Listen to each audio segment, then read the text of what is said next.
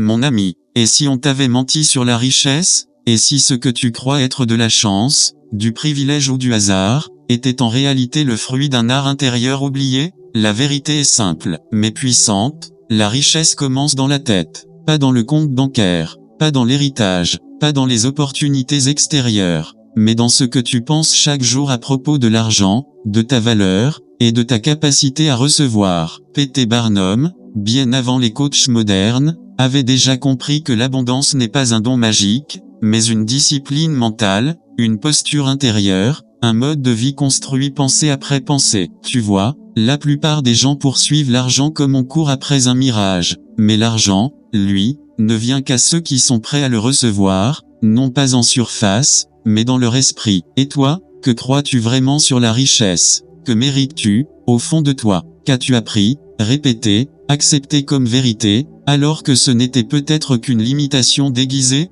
Ce que tu vas entendre ici, ce n'est pas une méthode miracle, c'est une clé de conscience, un rappel que tu peux devenir riche, non pas par avidité, mais par alignement. Reste avec moi, car ce voyage ne parle pas seulement d'argent, il parle de toi, de ton esprit, et de ton pouvoir d'attirer ce que tu es prêt à incarner de. La pensée juste précède l'abondance. Tu veux devenir riche? Commence par devenir clair, car la véritable richesse ne se construit pas dans la précipitation ou la peur du manque, mais dans un esprit paisible, intentionnel et aligné. L'argent ne va pas vers ceux qui le poursuivent dans l'angoisse, il va vers ceux qui pensent comme des créateurs, pas comme des survivants. Tu vois, ce que tu crois sur l'argent agit en silence. Tu peux dire que tu veux l'abondance, mais si, en profondeur, tu penses que l'argent est mauvais, difficile à obtenir, ou réservé aux autres, tu rejetteras inconsciemment ce que tu dis vouloir. Tout commence dans ta pensée, pas dans le travail, pas dans les efforts acharnés, mais dans ce que tu ressens quand tu penses à l'argent. As-tu honte de désirer plus? Te sens-tu coupable quand tu reçois? T'auto-sabotes-tu dès que l'abondance s'approche? Alors il est temps de réécrire ce que tu crois sur ta valeur, parce que la richesse n'est jamais plus grande que la perception que tu as de toi-même. P.T. Barnum disait: personne ne réussit durablement sans croire profondément qu'il mérite le succès. Et toi, mon ami, crois-tu, honnêtement, que tu mérites l'abondance? Pas seulement pour survivre, mais pour t'épanouir, créer, offrir, inspirer. Car l'abondance n'est pas une destination, c'est un reflet, un miroir fidèle de la clarté de ton esprit. 3. L'honnêteté est un capital silencieux. On parle souvent d'argent, de talent, de stratégie, mais on oublie le socle invisible sur lequel repose toute richesse durable, l'honnêteté. Dans un monde qui court après le gain facile, celui qui reste droit dans ses valeurs devient rare, et donc précieux. L'intégrité ne fait pas de bruit, elle ne crie pas,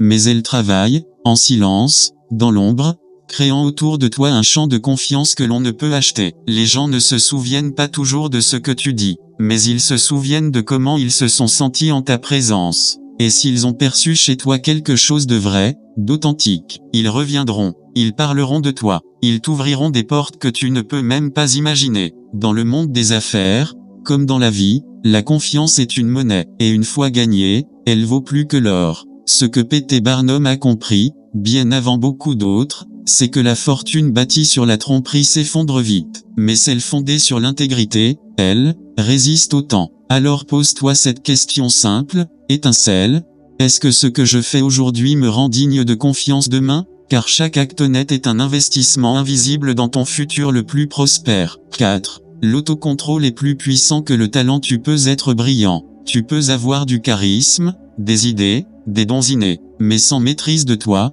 tout cela s'effrite. Parce que le vrai pouvoir, celui qui attire les opportunités durables, n'est pas dans ce que tu sais faire, mais dans ce que tu sais éviter. Savoir dire non à ce qui te disperse, résister à l'envie de tout commencer sans jamais finir, canaliser ton énergie là où elle porte du fruit, pas là où elle se perd. P.T. Barnum l'avait bien compris, le secret de la richesse n'est pas seulement dans ce que tu fais, mais dans ce que tu choisis de ne pas faire. Chaque décision de se contenir, de patienter, de rester concentré, est une preuve de force. Et cette force impressionne l'univers, car ceux qui savent se maîtriser dégagent une énergie particulière, une stabilité qui rassure, une clarté qui inspire. Et cette clarté attire les partenaires, les clients, les idées, les solutions. Le talent peut ouvrir une porte, mais l'autocontrôle t'y fait rester. Retiens ceci, mon ami, chaque fois que tu dis non à une distraction, tu dis oui à ton futur. 5. Investis d'abord en toi-même avant de chercher à faire fortune,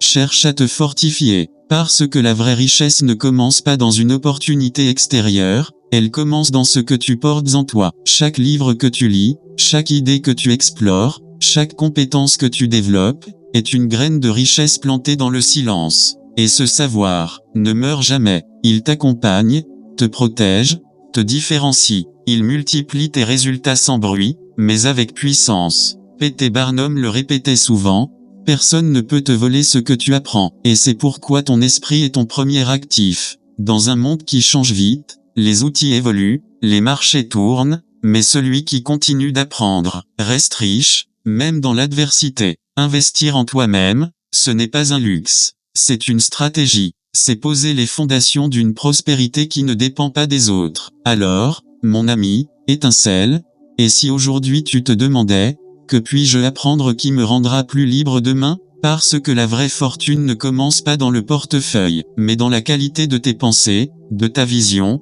et de ton savoir. Dis-moi, mon ami, depuis combien de temps ne t'es-tu pas posé cette question? Suis-je en train de me développer, ou simplement de me répéter? Regarde ta vie actuelle, pas avec jugement, mais avec sincérité. Est-ce que tu t'offres encore la chance d'apprendre quelque chose de nouveau? Est-ce que tu nourris ton esprit avec autant de soin que ton apparence? Ou as-tu laissé la routine prendre la place de ta croissance? Ce que tu récolteras demain dépend des graines que tu plantes aujourd'hui. Et parfois, la plus grande graine, c'est une décision silencieuse, celle de ne plus te négliger. Tu n'es pas ici par hasard. Si tu écoutes ce message, c'est que ton âme sait que tu es prêt à grandir, à évoluer, à prospérer autrement. Alors je te pose une question simple, qu'est-ce que tu pourrais commencer à apprendre, dès aujourd'hui, pour changer tout ton lendemain? Les petites dépenses détruisent les grandes fortunes. Tu veux connaître le vrai ennemi de la richesse? Ce n'est pas la faillite soudaine, mais la négligence quotidienne.